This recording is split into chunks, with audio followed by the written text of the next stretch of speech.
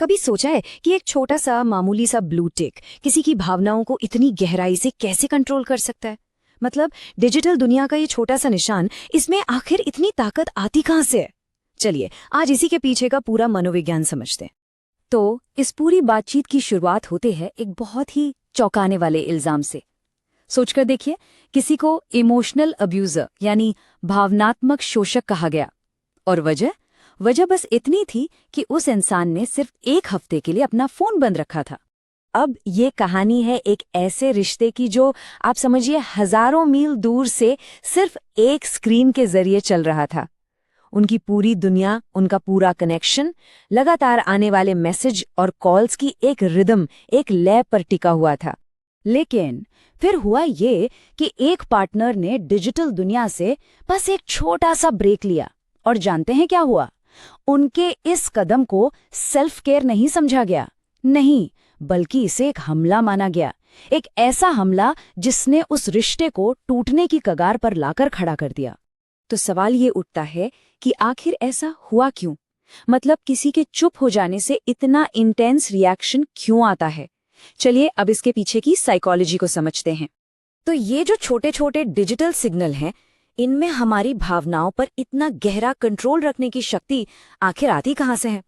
इसका जवाब असल में हमारे दिमाग की बनावट में ही छिपा है, जो दो बहुत ही खास मनोवैज्ञानिक वजहों से इस तरह रिएक्ट करता है। देखिए, हमारा दिमाग ना दो चीजों से बहुत डरता है। एक है सोशल रिजेक्शन, मतलब समाज से निकाले जाने का डर, और दूसरा है अनिश्चितता, यानी जब हमें पता नहीं होता कि क्या हो रहा है। तो जब कोई मैसेज सीन करके छोड़ देता है, तो हमारे दिमाग का, आप कह सकते हैं, social threat detection system active हो जाता है।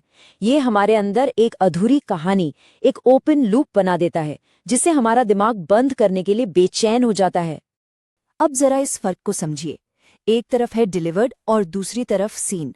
डिलीवर्ड में एक लॉजिस्टिकल अनिश्चितता है, हो सकता है उन्होंने अभी तक देखा ही ना हो, यहाँ इनकार करने की गुंजाइश है, एक उम्मीद है। लेकिन सीन, ये सोशल एक्सपोजर है, ये कंफर्म करता है कि उन्होंने मैसेज देखा और फिर भी जवाब न देने का फैसला किया। बस यहीं से सारा दिमागी खेल शुरू होता है। और ये सिर्फ महसूस करने वाली बात नहीं है, इसके पीछे बाकायदा डेटा है। एक स्टडी में पाया गया कि रीड रिसीट्स के बाद जवाब का इंतजार करते हुए लगभग 35% लोग खुद को इग्नोर किया हुआ महसूस करते हैं, और करीब 14% लोगों को तो एंग्जाइटी होने लगती है। मतलब लगभग आधे लोग नेगेटिव महसूस करते हैं। ये एक बहुत बड़ा नंबर है।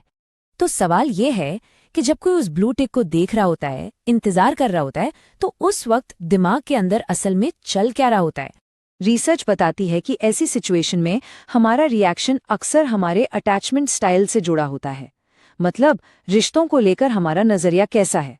जैसे जिनका स्टाइल सिक्योर है वो सोचेंगे अरे बिजी होंगे, जिनका स्टाइल एंग्शियस है उन्हें लगेगा कि उन्हें छोड़ दिया गया है, ये एक रिजेक्शन है।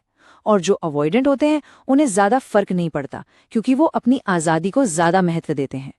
एक और बहुत मजेदार कॉन्सेप्ट है, इसे कहते हैं रिवॉर्ड प्रिडिक्शन एरर। सोचिए, सोशल मीडिया ने हमारे दिमाग को तुरंत फीडबैक की आदत डाल दी है। तो जब हम मैसेज भेजते हैं और वो ब्लू टिक दिखता है, तो हमारा दिमाग एक जवाब की उम्मीद करता है, जो उसके लिए एक इनाम जैसा है।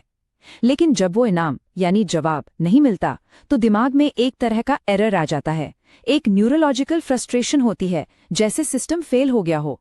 और ये कोई सिर्फ दिमागी ख्याल नहीं है, ये सच में दर्द देता है। न्यूरो इमेजिंग स्टडीज में ये साफ दिखा है कि जब हमें सोशल तरीके से इग्नोर किया जाता है, तो हमारे दिमाग के वही हिस्से एक्टिवेट होते हैं जो फिजिकल पेन यानी शारीरिक चोट लगने पर होते हैं। मतलब ये दर्द असली है। ठीक है, तो अब तक हमने दर्द और डर की बात की। अब चलिए इस पूरी सिचुएशन को एक नए नजरिए से देखते हैं। क्या हो अगर ये जो चुप्पी है ये सिर्फ खालीपन ना हो? क्या हो अगर ये खुद में एक पूरी भाषा हो? इसे हम डिजिटल साइलेंस कह सकते हैं।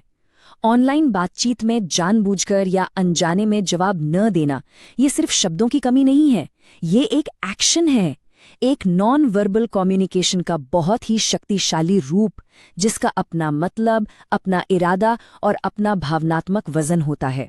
और ये चुप्पी भी देखिए कई तरह की हो सकती है। कोई जानबूझकर चुप हो सकता है, गुस्सा दिखाने के लिए या दूरी बनाने के लिए।